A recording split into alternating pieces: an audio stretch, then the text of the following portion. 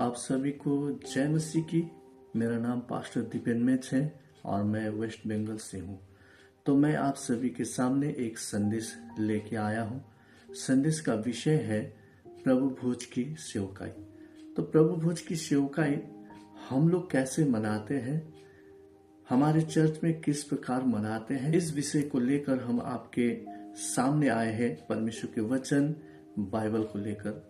इसलिए आप सभी परमेश्वर के वचन को बड़े ही ध्यान से सुनिएगा और समझिएगा। ये हम परमेश्वर से प्रार्थना करते हैं। तो हम शुरू करते हैं।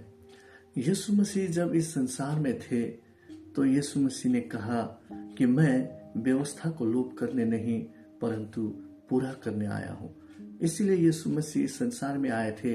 परमेश्वर ने जो व्यवस्था दिया था इस्राएलियों को मूसा के द्वारा, उस व्यवस्था को यीशु मसीह तोड़ने नहीं बल्कि संपूर्ण रूप से पूरा करने के लिए आया था। ये वचन हमें मिलता है मत्ती रचित सुसमाचार 5 अध्याय के 17 और 18 पद में। और फिर यीशु मसीह ने पुराने नियम को संपूर्ण रूप से पालन किया और उसके बाद फिर कलीसिया को एक नया नियम दिया। इसलिए यीशु मसीह के द्वारा ही नया नियम को कलीसिया को दिया गया है। इसलिए यीशु मसीह नया नियम को लाने वाला मध्यस्थ ठहरा। इस प्रकार लिखा है इब्रानियों की पुस्तक 8 अध्याय के 6 पद में। जब हम पढ़ते हैं तो हमें पता चलता है। तो यीशु मसीह आए थे, पुराने नियम को संपूर्ण रूप से पालन करके उस नियम को वहीं पर बंद किया। उसके बाद नया नियम यीशु मसीह ने कलीसियाओं को दिया, वो था प्रभु भोज। तो प्रभु भोज को समझने के लिए पहले हमें पुराने नियम के एक फसह का पर्व होता है, उस पर्व को जानना बहुत ही जरूरी है। तो इसीलिए वो पर्व कैसे आया, इस विषय को हम लोग जब बाइबल में पढ़ते हैं तो हमें पता चलता है कि इजरायली 400 बरस गुलामी में था मिस्र देश में। मिस्र के राजा फिरौन बहुत ही अत्याचार करते थे उन लोगों के ऊपर, और उन लोगों ने फिर परमेश्वर से प्रार्थना की तो परमेश्वर ने अपने दास मूसा को वहां पर भेजा।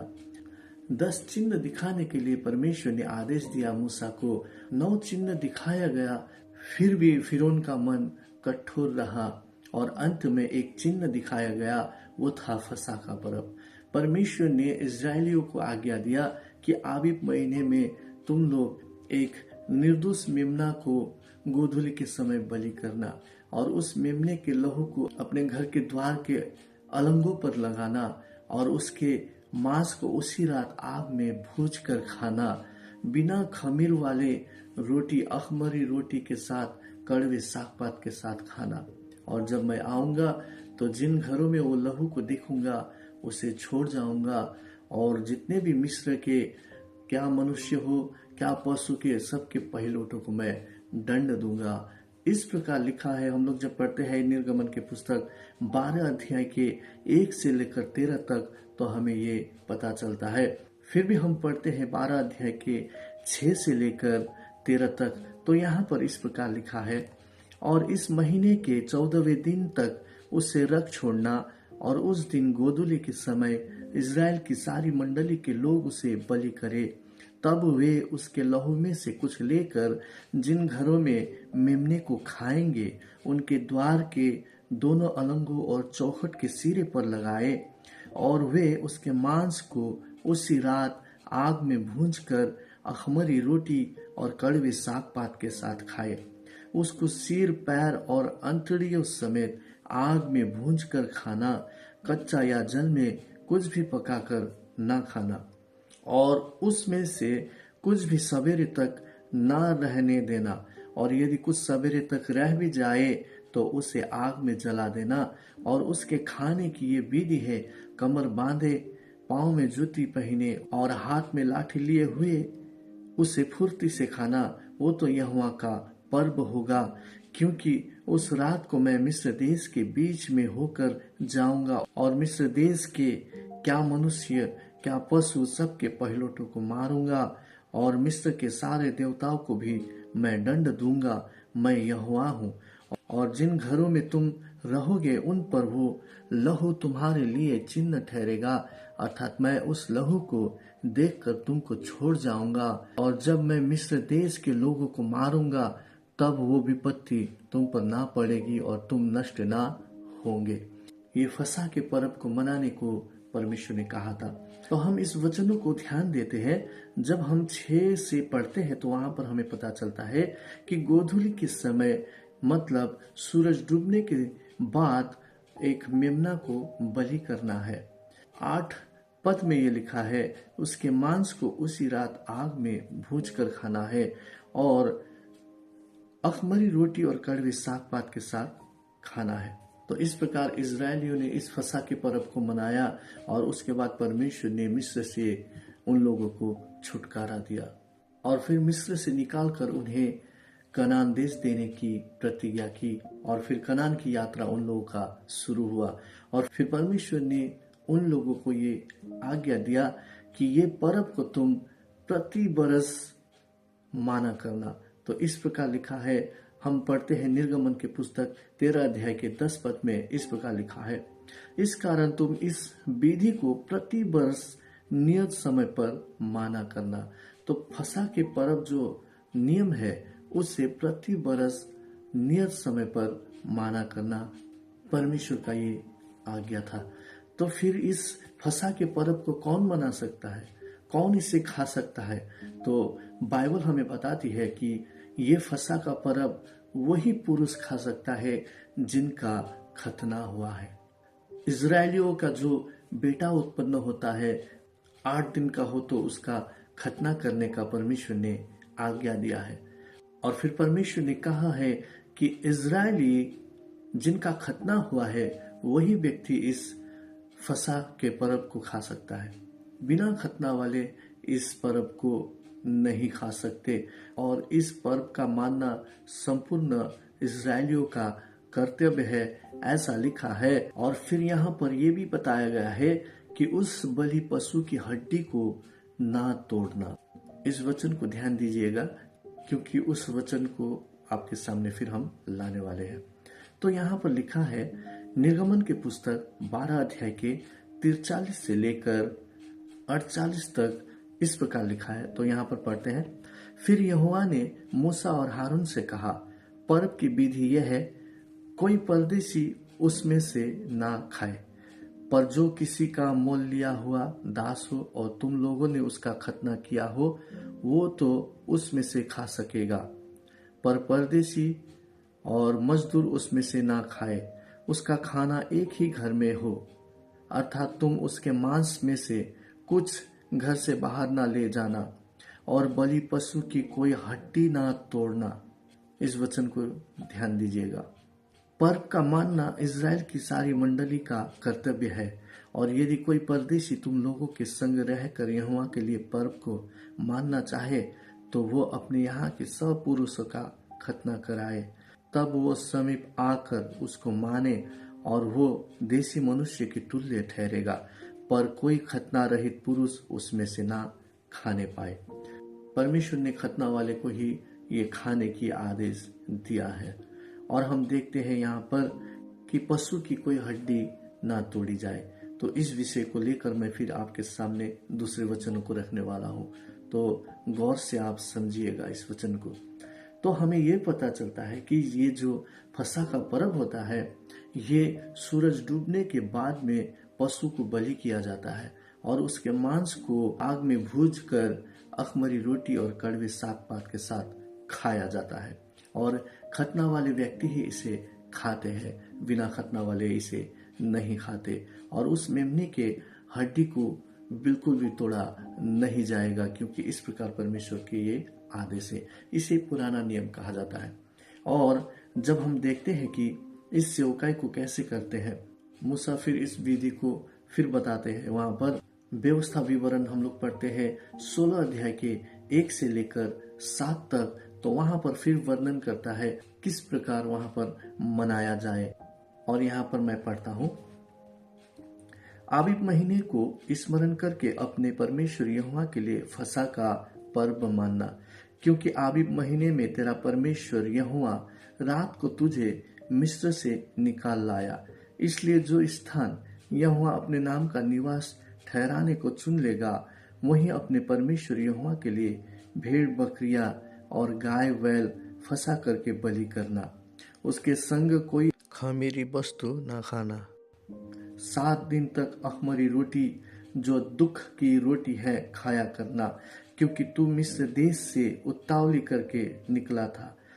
इस रीति से तुझको मिस्र देश से निकलने का दिन जीवन भर स्मरण रहेगा। 7 दिन तक तेरे सारे देश में तेरे पास कहीं खमीर देखने में भी न आए, और जो पशु तू पहले दिन की संध्या को बलि करे उसके मांस में से कुछ सवेरे तक रहने ना पाए। फसह को अपने किसी फाटक के भीतर जिसे तेरा परमेश्वर यहोवा तुझे दे बलि ना करना। जो स्थान तेरा परमेश्वर यहोवा अपने नाम का निवास करने के लिए चुन ले, केवल वही वर्ष के उसी समय जिसमें तू मिस्र से निकला था, अर्थात सूरज डूबने पर संध्या काल को फसह का पशु बलि करना। तब उसका मांस उस स्थान में जिसे तेरा परमेश्वर यहोवा चुन ले भूंज कर खाना। फिर सवेरे उठकर अपने अपने डेरे को लौट जाना। मूसा इस फसह पर्व को फिर वर्णन करता है यहाँ पर और कहता है, जो स्थान तेरा परमेश्वर चुन ले वहीं पर इस फसह का पर्व मनाया करना। सूरज डूबने पर ही फसह का बलि पशु को बलि करना, इस प्रकार लिखा है। तो हमें यहाँ पर ये समझ में आता है कि फसह का जो नियम है वो है गोधूली के समय सूरज डूबने के बाद एक मेमना को बलि करना है और उस मेमने के मांस को उसी रात आग में भूंजकर अख़मीरी रोटी के साथ खाना है। और इस प्रकार परमेश्वर ने ये आदेश दिया था और इसी आदेश को मद्देनजर रखते हुए यीशु मसीह ने भी इस आदेश को संपूर्ण रूप से पालन किया। इसलिए हम जब मत्ती की पुस्तक में पढ़ते हैं 5 अध्याय के 17 और 18 में, वहां पर यीशु मसीह ने कहा, मैं व्यवस्था को तोड़ने नहीं मिटाने नहीं परंतु संपूर्ण रूप से पूरा करने के लिए आया हूँ। इसीलिए जब यीशु मसीह इस संसार में कुमारी मरियम के गर्भ से जन्म लिया और जब 8 दिन का हुआ तो उनका भी खतना हुआ और उसी दिन उनका नाम यीशु रखा। इस प्रकार लिखा है लूका रचित सुसमाचार 2 अध्याय के 21 पद में। और फिर इतना छोटा सा बच्चा इस पर्व को तो नहीं मना सकते हैं, उस बलिदान के पशु के मांस को और अख़मीरी रोटी को तो नहीं खा सकते। इसीलिए बच्चे को कुछ बड़ा होना है। कितना बड़ा होना है ऐसा तो कोई भी वचन में नहीं मिलता है, लेकिन फिर भी हमें इतना मिलता है कि यीशु मसीह जब 12 वर्ष के थे तो मरियम और यूसुफ प्रति बरस फसह के पर्व मनाने के लिए यरूशलेम जाया करता था। तो जब यीशु भी 12 वर्ष के हुए तो यीशु मसीह भी माता मरियम और यूसुफ के साथ फसह पर्व में गए थे। इस प्रकार लिखा है लूका रचित सुसमाचार 2 अध्याय के 41 और 42 पद में।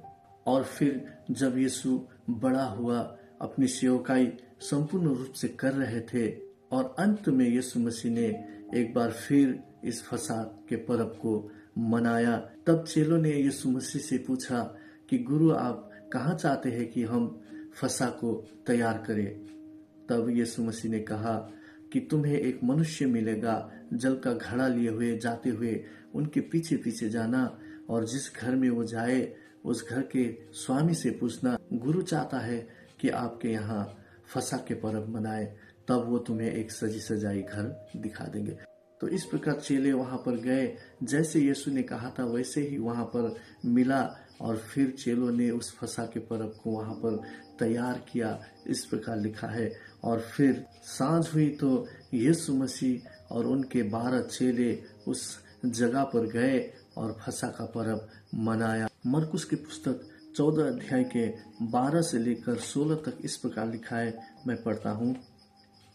अख़मीरी रोटी के पर्व के पहले दिन जिसमें वे फसह का बलिदान करते थे, उसके चेलों ने उससे पूछा, तू कहाँ चाहता है कि हम जाकर तेरे लिए फसह खाने की तैयारी करें? उसने अपने चेलों में से 2 को ये कहकर भेजा, नगर में जाओ और एक मनुष्य जल का घड़ा उठाए हुए तुम्हें मिलेगा, उसके पीछे हो लेना और वो जिस घर में जाए उस घर के स्वामी से कहना, गुरु कहता है कि मेरी पाहुनशाला जिसमें मैं अपने चेलों के साथ फंसा खाऊं कहाँ है? वो तुम्हें एक सजी सजाई और तैयार की हुई बड़ी अटारी दिखा देगा। वहां हमारे लिए तैयारी करो। चेले निकलकर नगर में आए और जैसा उसने उनसे कहा था वैसा ही पाया और फंसा तैयार किया। इस प्रकार चेलों ने फंसा तैयार किया और उसके बाद यीशु मसीह और 12 चेले उस स्थान में आए और इस फसह पर्व को मनाया, खाया और पिया। इस प्रकार लिखा है। हम लोग फिर पढ़ते हैं मत्ती के पुस्तक 26 अध्याय के 20 और 21 पद में इस प्रकार लिखा है, जब सांझ हुई तो वो 12 के साथ भोजन करने के लिए बैठा। जब वे खा रहे थे तो उसने कहा, मैं तुमसे सच कहता हूँ कि तुम में से एक मुझे पकड़वाएगा।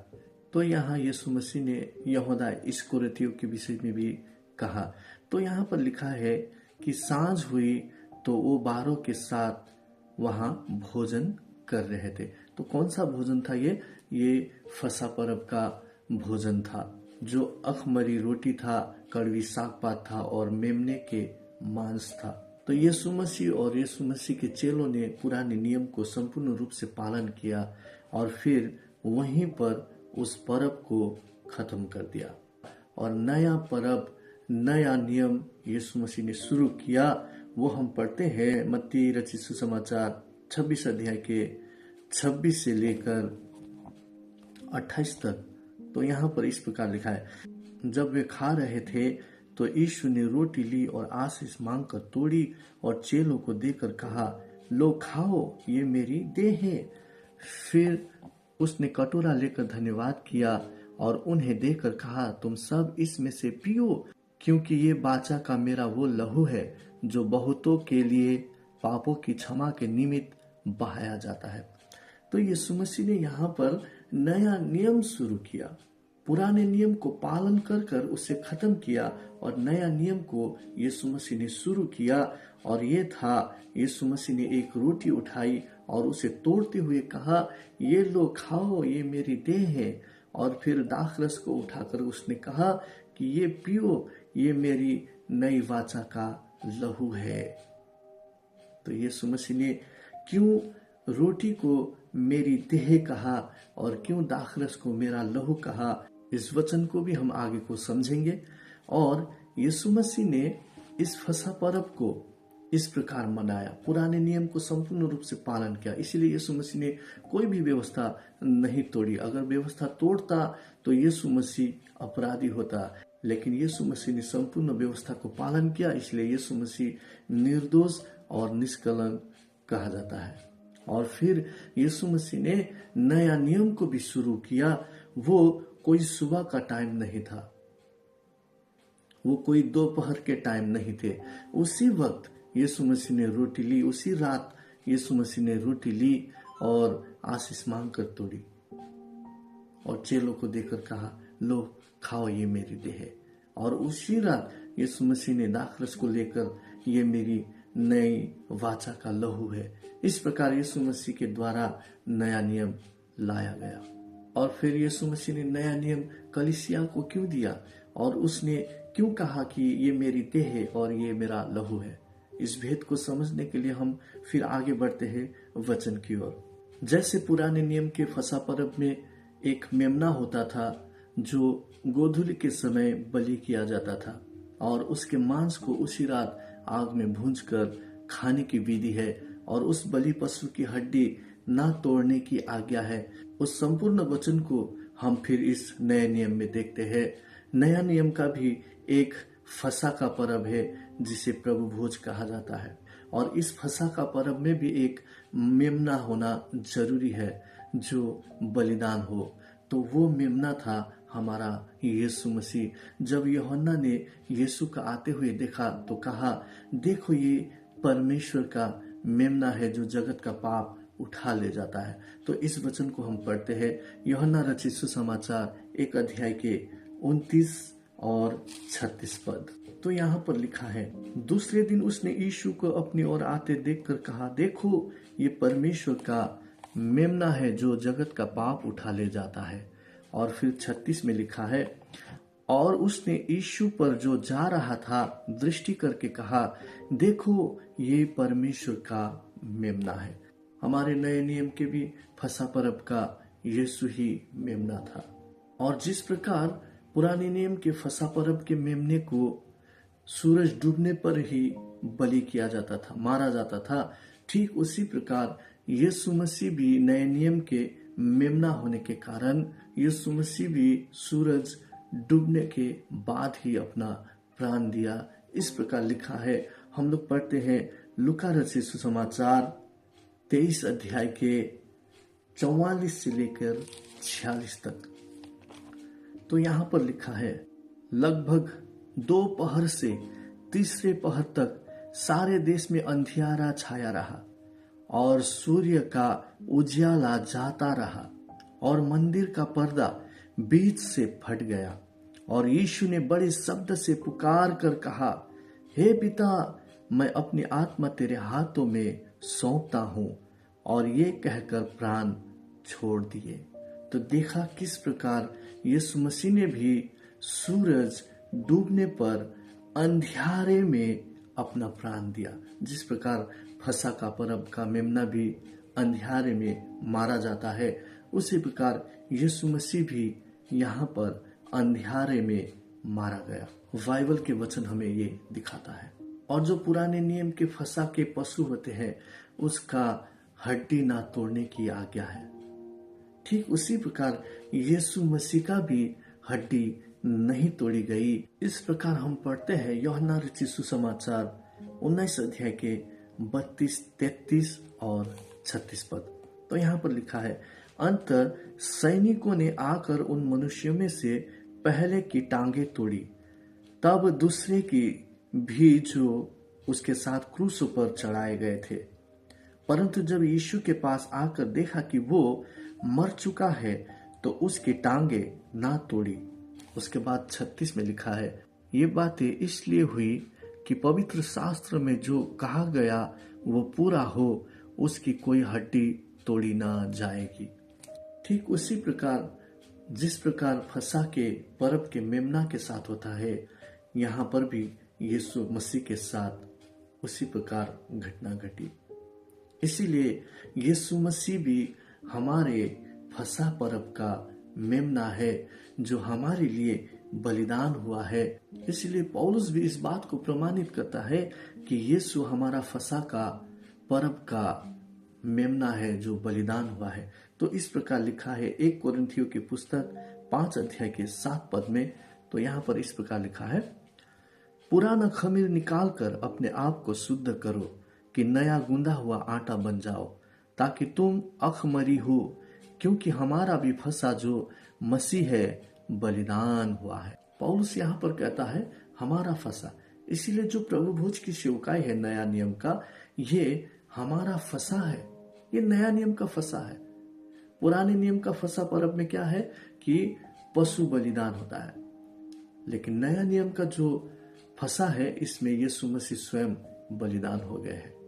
इसीलिए यीशु मसीह ने जिस प्रकार इस सेवकाई को शुरू किया, ठीक उसी प्रकार पौलुस यहाँ पर बताते हैं कि जो मैंने प्रभु से पाई वही तुम्हें सौंपी है। तो इस प्रकार यहाँ पर लिखा है 1 कोरिन्थियों की पुस्तक 11 अध्याय के 23 से लेकर 25 तक। इस प्रकार यहाँ पर बताते हैं, क्योंकि ये बात मुझे प्रभु से पहुंची और मैंने तुम्हें भी पहुंचा दी कि प्रभु यीशु ने जिस रात वो पकड़वाया गया, रोटी ली और धन्यवाद करके उसे तोड़ी और कहा, ये मेरी देह है जो तुम्हारे लिए है, मेरे स्मरण के लिए यही किया करो। इसी रीति से उसने बिहारी के पीछे कटोरा भी लिया और कहा, ये कटोरा मेरे लहू में नई वाचा है, जब कभी पियो तो मेरे स्मरण के लिए यही किया करो। इसलिए जैसा परमेश्वर का वचन है वैसे ही हमें सेवकाई करना है।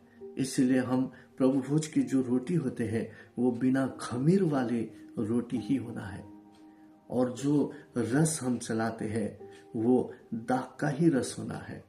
इसलिए जिस रात यीशु मसीह पकड़वाए गए, उसी रात यीशु ने इस सेवकाई को शुरू किया है, तो हमें भी सूरज डूबने के बाद ही इस सेवकाई को करना जरूरी है, जो हम करते हैं।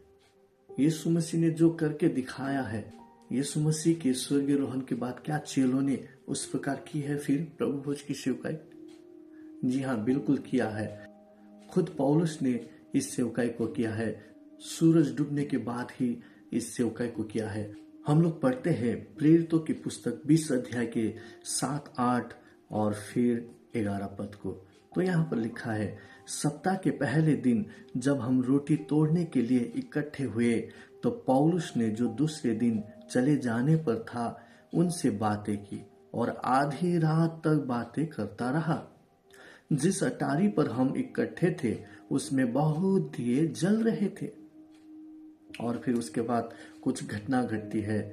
एक व्यक्ति नींद के मारे ऊपर से गिर जाते हैं और फिर उसे पौलुस गले लगाकर उसे जीवित करता है और फिर ऊपर जाकर इस रोटी को तोड़ते हुए सेवकाई करते हैं। वो 11 पद में इस प्रकार लिखा है, और ऊपर जाकर रोटी तोड़ी और खाकर इतनी देर तक उनसे बातें करता रहा कि पौ फट गई, फिर वो चला गया। यीशु मसीह ने भी सूरज डूबने के बाद शुरू किया।